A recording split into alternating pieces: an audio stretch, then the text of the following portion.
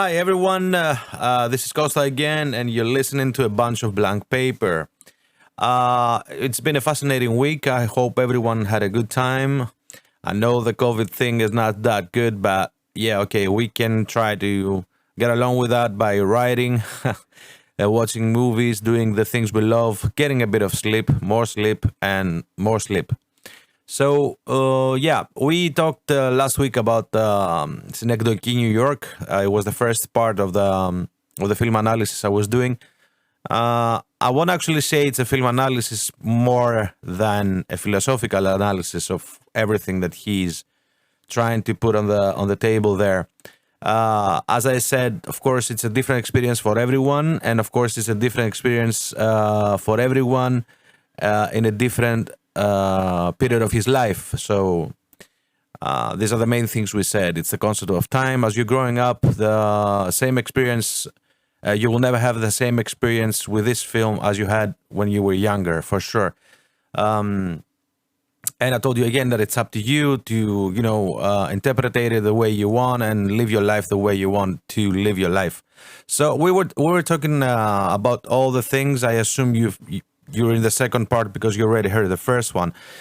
So we were talking about the concept of time, and we were talking about the theme of death. There is a funny incident in the film, actually, when you hear in the TV, an actually true story. Actually, you're not. Yeah, he's reading. Kaden is reading to Adele some news about a person that died, but then immediately he says he won the Nobel Prize. So this incident is true, is real. So it happened in a live broadcast, I think on BBC. I'm not sure. I don't remember. I can try to find it and tell you what it is, but that's not the point. I mean, this is also in the concept of misunderstanding and that actually this can happen everywhere. So you see it in the main news of a major network happening. So they say about a person that died and then immediately said, won the Nobel Prize. So yeah, if you pay close to this attention to these details, you will understand that this is in the whole concept of the paradox of life, and also the fact that we are unable to communicate, which is, I told you again, it's one of the main themes of the film, the miscommunication as well. Yeah, we're talking about these things and how they deal with each other and how they deal with Olive and all this stuff. There is something that happens throughout the film that you can see that this reflects on this incident also. I mean, many incidents, but this is also one other clue that he gives you about how we're dealing with our lives. If we make things bigger or if we make them smaller, if we try to play down bigger incidents, or if we try to make huge deal out of small things. So throughout the movie, Kaden is trying to direct his theatrical piece, right? So he, as you see, the more the story goes on, the more the years pass by, with the way that I told you, because they're passing by really fast. Kaden is the one that makes a theater production that is so huge, like the problems of his life, like the problems that he thinks he has in his life.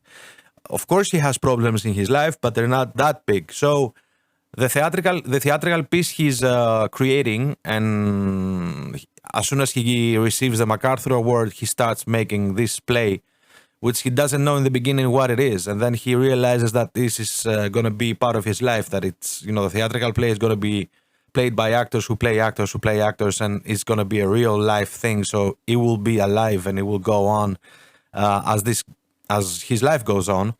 But they never have a premiere or something like that. But the point that I want to make out here is that his theatrical piece, the more time passes by, years actually, lots of years, there is actually a scene that the person from the cast says, "It's already 17 years, when are we going to have an audience?" So the more the play goes on, the rehearsals and everything, his theatrical piece becomes bigger. Like his problems, it becomes huge. So he's also putting this thing on his work. So you see it there because Kaufman wants to show us that the more we just have a tendency of making things more serious than what they are, the more they become a burden and the more they grow up. On the other hand, Adele, when she moves to Berlin with Olive to have a life with her and Maria, we see the exhibition that she made in Berlin, and her work becomes smaller. So that's the opposite direction of Kaden in terms of how she deals with problems in life. So she have a tendency of making them smaller, and of course we said she died out of cancer in the end, but we don't know. Like I said in the previous episode, which one is happier? Which one lived the happier life? Being unaware of things that might happen to them, medical issues and stuff, and playing them down like Adele, or like Kaden, who takes something small and make it huge, and he tries to be on top of every problem, and he also creates problems because he's also a hypochondriac, as we said. So it's a matter of dealing with your problems with coolness and relaxation. Be happy whatever the outcome, or I don't know, if you're sad, it's okay. You say, okay, that's life, and I move on, or you just become Kaden. And Charlie Kaufman also deals with innocence, as we said in the previous episode, that he's thinking that the reality is that the younger you are, the less problems you have. So this also reflects in Olive, because Olive is the tree in his life. It's the pureness and kindness, and you're not thinking about death when you're that young. So that's why Olive, when they're in the car and he's trying to explain to Olive the pipes that the plumber has to make. So he's making a reference, the pipes with the veins of the human body, and it says about blood, and there she becomes freaked out. She's freaking out. Olive says, no blood, I don't want blood, I don't want blood. So it's like she's denying to grow up, denying to know about these problems, about death and blood and stuff. And in the same scene, you see Adele trying to again play this thing down. Are you crazy? What are you saying? And instead of, Kaden says, I just want to explain to her how the plumbing system works and stuff. But in reality, she just wanted to explain to his daughter how life is, while Adele wanted to let her just find out how life is.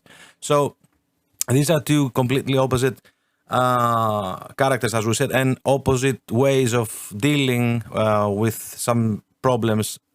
Dealing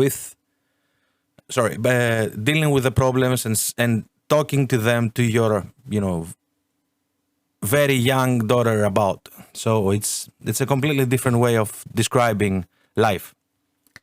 Now we had also for the misunderstanding of things, because we see it all the time. There is one moment that Kaden is looking at his stool in the toilet to see if he has blood. We can clearly see that there's no blood in the stool. That actually doesn't matter. What matters is that he didn't see anything, but he went to Adele and said, like really phased out, he said, there's blood on my stool. And we see the miscommunication thing also there, because Adele says there's a stool at your office. So there we see also the miscommunication. But what we can see in terms of the hypochondriac phase and part of Kaden is that when he actually goes to the atelier that Adele has to paint, and she's there with Olive, he starts peeing on the sink, and he's really peeing like a brown color pee or something, and he doesn't give a fuck. I mean, he doesn't even care. He looks at the pee that is brown, and he doesn't care, and he just goes regularly to Adele and says, I don't remember the line there, but he wasn't paying attention to the problems of his marriage, actually, because he's it's like he doesn't see this thing, which is very serious. Peeing brown liquid is not that good of a sign, right? And immediately he goes to Adele and talks to her like nothing is happening. And he tells her for the premiere, and she says, I'm not coming, I have work. So that's actually the way of Charlie Kaufman telling you that if you look, what I said, if you're in an everyday situation you stop paying attention. So this is what he says also here. The problem is in front of you, and you're not paying attention. So you're not paying attention, so you don't see that you're urinating brown liquid. You don't see that Adele is about to leave you and stuff like that. Okay, so I said also on the previous episode about the role of television. So yeah, you have to. That's another episode to analyze everything that's happening in the television. But you can see also in his new film, I'm thinking about ending things, how he's using also the cartoon in the beginning, because there's also something being said there. But he's using again a cartoon. In order to convey these things that he wants to say about the characters. Nice coffee. So, there is a scene in the cartoon, for example, in the film, that there's a wolf next to a carcass and waiting for something. So, Caden has a smoke there. The smoke goes up, and there's the smoke becomes a clock, a shape of a clock. So this whole thing, just in 5 seconds, can show you that the wolf is waiting just about him to die. So because there's a carcass there are some flies also, I think. It's like a rotten thing, but the wolf is there patiently just waiting, and he is actually smoking, and the smoke becomes a clock. The smoke of the cigarette becomes a clock. So yeah, that's the thing that, of course I'm waiting for you to die. Same routine all over again, as I told you in the previous episode. Like, I have arthritis, I have blood on my stool, I have everything, blah, blah, blah. So everything is going on there. I will talk about Sam in a bit, but Sam is a very interesting character as well. Sam is the one that actually plays Caden after in the theater play. What's interesting about Sam is that the moment he goes to do the cast, and he says to Caden that, listen, I've been watching you for the last 20 years. What's interesting here is that he's not watching him for the whole of his life. So if this was happening, we could say easily that he's a kind of a god, or a kind of an energy, something like the big electron, like George Carlin used to say, the big electron, that, but the like the sun, if you personify the sun and you make it like a god, and whatever, you always say in every kind of religion that he's there watching you all the time, he's there caring for you, he's there, I don't know, but you always say that, by the way, it's always a he, I don't know why. Yeah, if it was a woman, like George Carlin said, things wouldn't be that fucked up for sure. But yeah, the concept of being there for the last 20 years of your life, and he's everywhere. If you watch closely, he's everywhere. He's in the first scene where he takes out the trash, he's behind the tree, and then when he's talking to Hazel, he's also there behind the tree. When he's at the funeral with Claire, he's behind them and just puts his head down to listen to what they say.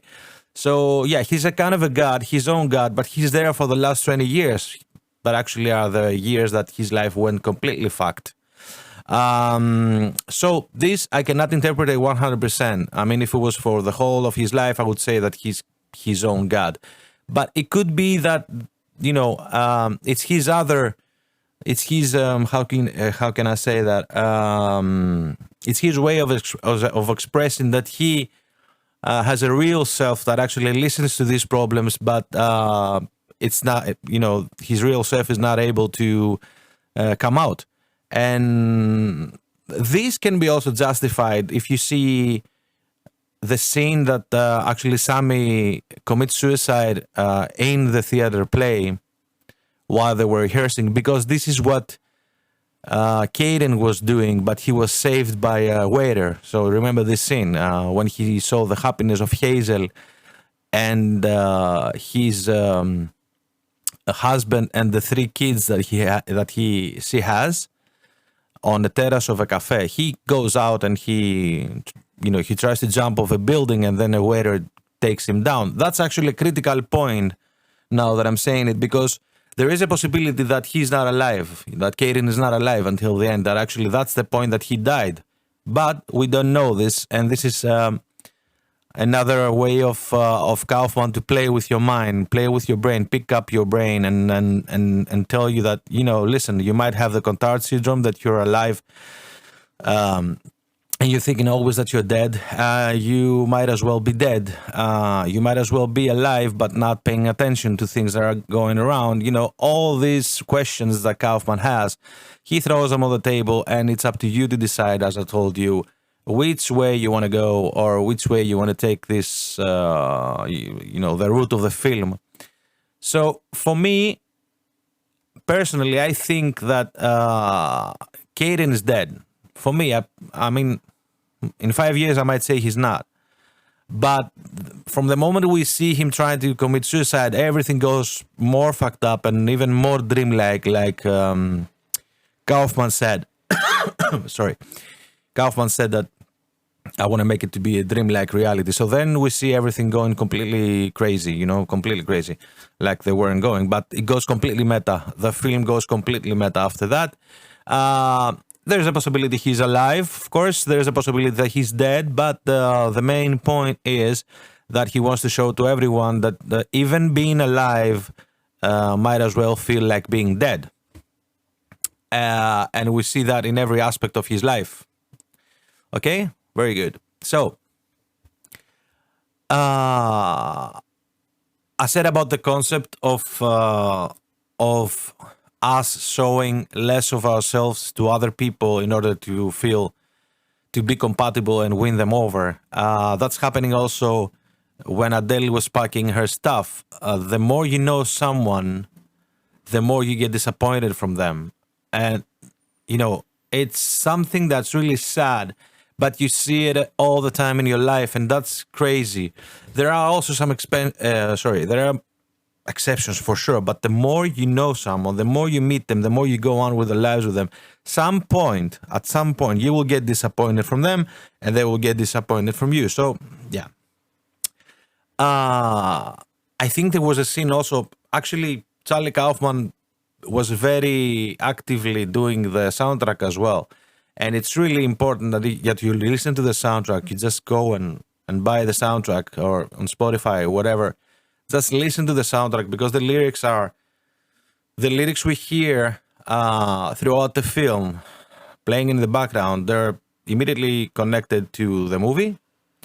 There is a song that says "No one would ever love you," that connects to these things that I told you. And there are many, many, many other examples of the soundtrack. The more I go with the episode, I will remember more and I will tell you. So, cartoon. We said about the television. There is also a scene that the Caden is moved in the corral, and he's carried by a cow and a sheep. And then there is a thing that's a sign there that says stockyard.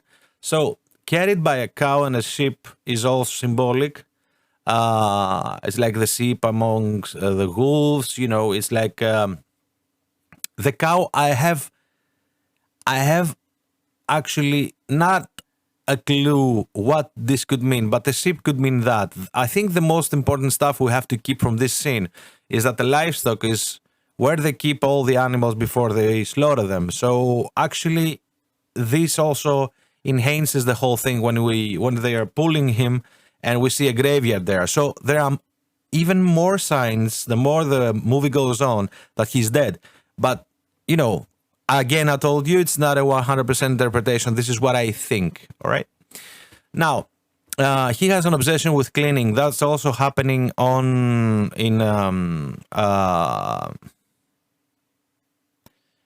thinking of Ending Things. Sorry. I'm always mixing it with, I'm not okay with this because they have both. I am.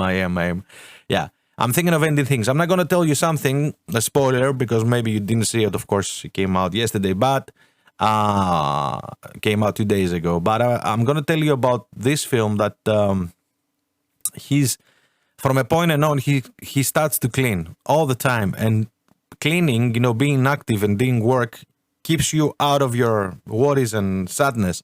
And I'm sure you saw that sometime in your life when you had a breakup or something.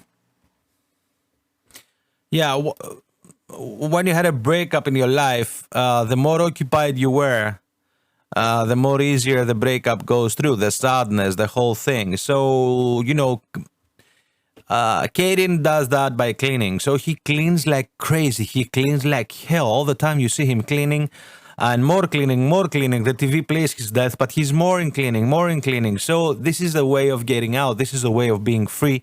This is a way of being, in salvation. So only the moment he stops cleaning, if you see him, he sits down on the floor, and the moment he stops cleaning, then it's exactly that moment when he starts paying attention to something that's happening in his foot. So there's some small, how do you say them, like blisters or bumps, something like that. So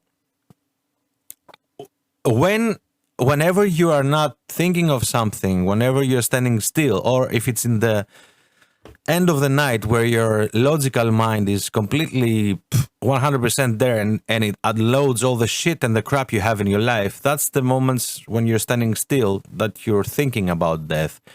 But when you're occupied and doing other stuff, you're not thinking about death. I told you again that there's another exception. When you're having sex, you're not thinking about death. I mean, at least the majority of the people, I think.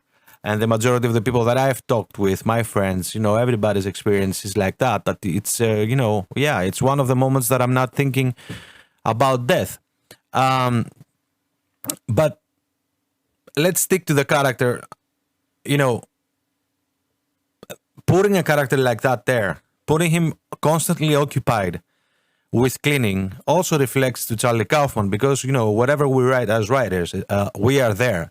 By any amount, could be 1% of us there, could be 10% of us there, could be 100% of us there. It doesn't matter, but we are being there. We are there. The more truthful we are, the more we are there, present. So Charlie Kaufman is 100% in this film. He is in there. So if we look closely, we will understand that Charlie Kaufman really afraid of dying, really is afraid of dying, and this is the way of him showing it through Caden. Okay. I would make, I told you, a whole episode about the television, but you can, if you just eliminate the cartoon themes that are going on the TV, it's crazy, because he shows the whole life of Caden, the whole life of Kaufman, actually, how he thinks he's drowning in the problems, how he thinks he's drowning in the thought of dying, So it's really interesting to see that. There is a line there that it goes like this. He says, "You're going down and you fell and you died," I think something like that. Or you're going down, you fell, you're dead, something like that. But you understand the meaning. So you're going down and you fell and you died. So it couldn't be more clear than that Charlie Kaufman has this thinking in his mind all the time, like all of us, most of us have. And he tries to show us. Now, the therapist is another important person, because the therapist is a person that we go and talk about our problems, but we see that the therapist has also problems. So this is something that I never understood with the therapists, how it's going on.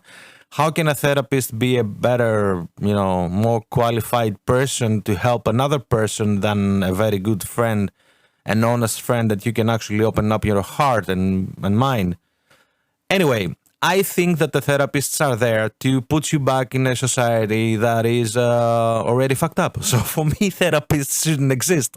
Actually, if you didn't have these problems about thinking about death, and if the society wasn't that fucked up, then Salo wouldn't make the 120 days of sodomy, and then, therapists wouldn't exist. So exactly the reason why therapists are actually a profession, they exist, is this kind of things that we have in our brains, some constant problems about facts in life, like in The Lobster by Yorgos Lanthimos, there is a scene that I think Olivia Colman says that when the couple, I don't know if you've seen The Lobster, but there's a couple with actually achieving to become a couple, and they have to go to a boat. But what's important, she says there, that if you have a problem in your marriage, you will be assigned kids. You will be assigned children. Children are good for the marriage. They can save the marriage. So yeah, the therapist also has.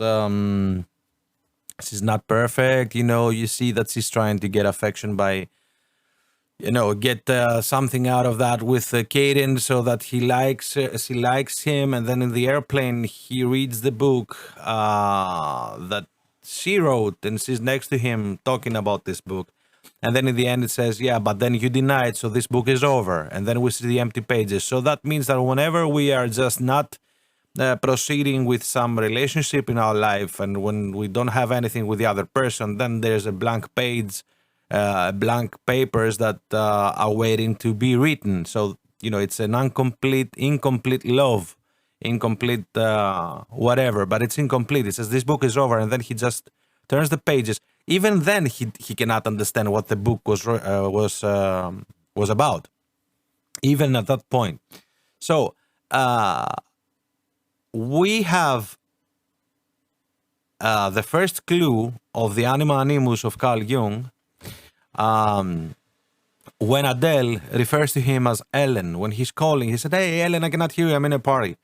And he has a seizure, and he's making a call in 911, and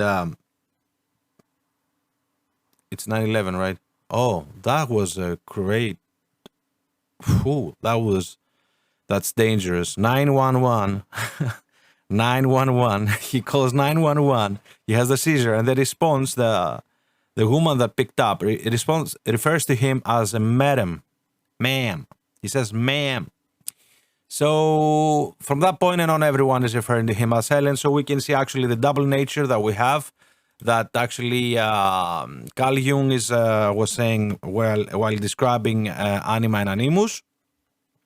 And this is his female part that he never actually accepted that he has. And our minds are completely programmed from the moment that we are born to tell us what we are. It's not that we are becoming homosexuals and we are becoming something else. We are programmed like that. It cannot be changed. It's like you have, a program in your computer. You cannot hack that program and put another operating system. I mean, you can do it, but it will not work properly anyway. You understand the point? All human mind, all the human bodies and the brain is actually programming us. And by this programming, we are also adjusting our behavior towards society and towards ourselves. But, what Carl Jung used to say, and we see it definitely evident in Caden's life, is that we see his unconscious feminine side going on when he starts becoming Helen. So it's actually anima animus is like the unconscious masculine side of a woman, and that's the animus, I think. Yeah, that's the animus, and the anima is the unconscious feminine side of a man. So that's actually what makes the personal psyche of a person. So this is what happens to Caden. He's transforming to a woman, so his unconscious mind becomes a woman, and he's Helen. About Helen, there are some things we can say more about Helen, but that comes afterwards, when Helen is actually being played by the maid, which is also a point that we can see, that a cleaning lady becomes Helen, and he's also cleaning. So this is another point that he wants to show us what's going on. So Adele was treating him like shit because she said she loved him, but she never loved him. We said these things. He's trying to make a theater play like for 30 years or something, 20 years or something, and he cannot achieve it. While on the other hand, he always sees the photos in the magazine of Adele saying, "When I look, I see. When I see, I paint." It's that simple. So he tries to show, to us and Caden that if you want to make art, you just do that, and that's it. It's so simple. Just stop worrying about it. Stop thinking about it. Just put yourself 100% on the page and whatever you're doing, and it's gonna happen. And he also wants to see he also wants to show how he's not successful, let's say, in doing that in comparison with Adele, because Adele is having a great life in Berlin. She's everywhere. She's like the big thing in Berlin and blah blah blah. While he won the MacArthur Prize, but he cannot do anything about it. So yeah. Now, when he meets Hazel and when they go back to his place, of course, we see again Sammy there. He's in the back. When they go to her place, they go to her place.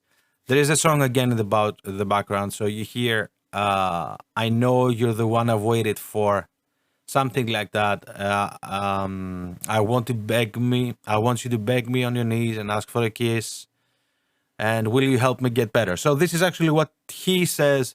He's singing through the soundtrack, and Hazel actually says the same thing. Just kneel down and ask for it. Ask for a kiss. So they cannot complete their relationship. So this is the concept of incomplete love, and this is the concept of not being able to complete something that you really really like because something is missing. It's always that problem. It's always that something is missing, something is not there. Even when he likes Hazel, from the first moment they exchange glance, for the first moment we saw them exchanging glances in the theater, on the foyer of the theater, where he goes out to make a phone call. Actually, that's another point for the connection, because he says, "I'm going out to take a phone call because there's no connection, there's no reception," something like that. I don't remember, but he plays again with the words, because he says there's good connection here, and cement between them, but literally it's like there's a good reception for the phone. So, and there they exchange glances, and this is the first time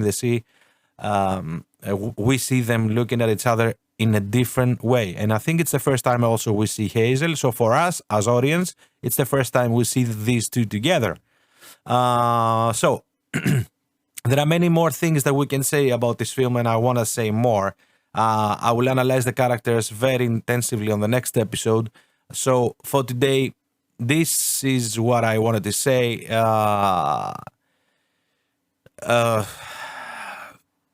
Yeah, another thing that I can say in this episode is about the misunderstanding and the therapist that I told you. They are not going to be together. Of course, she likes him. He doesn't. He's there to say his problems. The book is not finished, so this will not be completed. But one important thing is very important to actually make my case stronger that he's dead. When they're talking in the office at one point, when they're sitting both in the couch, and she puts her leg up with showing her thigh and blah blah blah. She's very hot, by the way. So there is this concept there that actually he uses in every film he makes. There is a concept there of not letting the other person finish. And this probably happens a lot in his life as well. And this is something that actors don't do.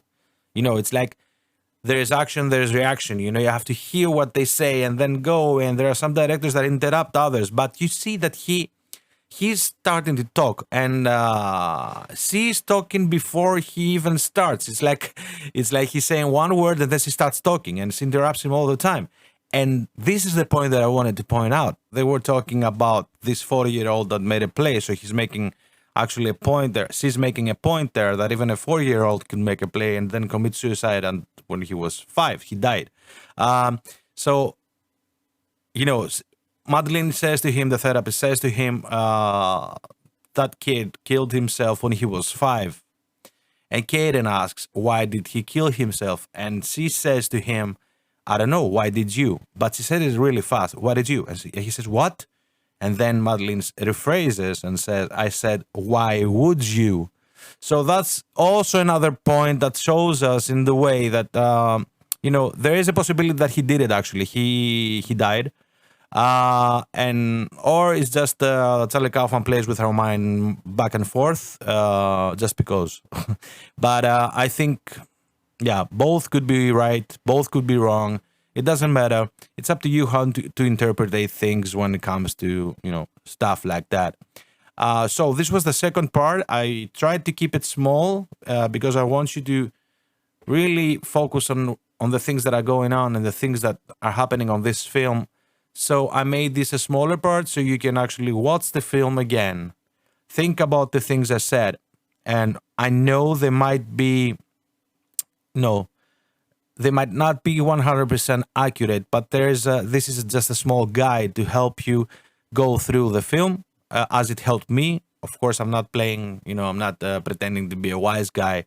I I had a lot of research when I saw the film, and a lot of continuous watching the film so many times that I managed to get an idea of what he's trying to say. Because by looking also to his other films, you understand that this is the way that Charlie Kaufman thinks, and he has a very unique way of saying things.